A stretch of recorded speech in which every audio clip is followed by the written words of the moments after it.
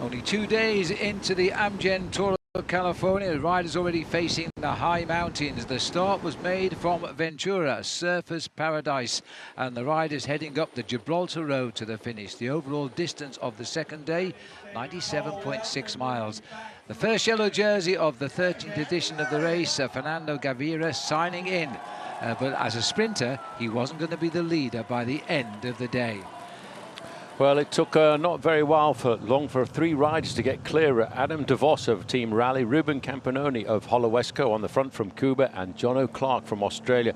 The yellow jersey having a comfortable time in the main field, but pretty much knowing that the writing was on the wall with a big climb towards the end of the stage.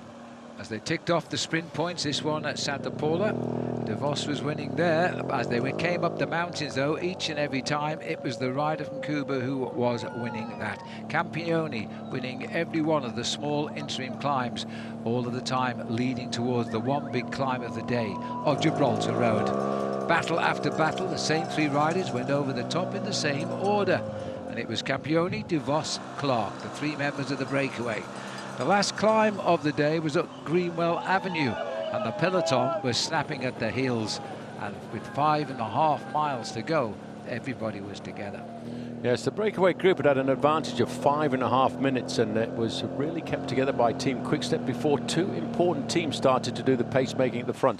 Bora Hansgrohe and Team Sky. At the start of the climb, it didn't take very long before the overall leader at the start of the day, Fernando Gaviria, was in survival mode, but Team Sky were out on a mission in the white jerseys at the front. They put their strong men at the front virtually all day, destroying the breakaway, and then the favourites started to be destroyed by the incessant pace. TJ Eisenhart and Brent Buckwalter off the back of a select group of some 20 riders. TJ Van Gordon, another favourite, number 23 there. He was also under pressure while sat on his wheel. Egan Bernal. Peter Stettner, second up this climb 2 years ago, cracking on the slopes. And then came this amazing performance by Teo Geoghegan-Hart.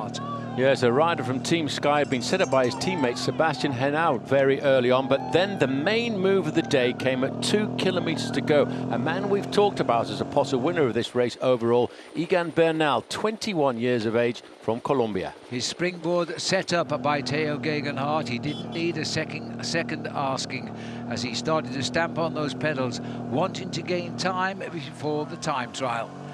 He struggled with his head down. Occasionally, though, he would always look over his shoulder and check where the chasers were.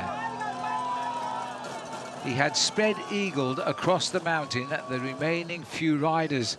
They were fighting for the scraps as he came to the summit of the Gibraltar Road for only the second time in the history of this event as a clear lone winner. And very soon, a leader of the race.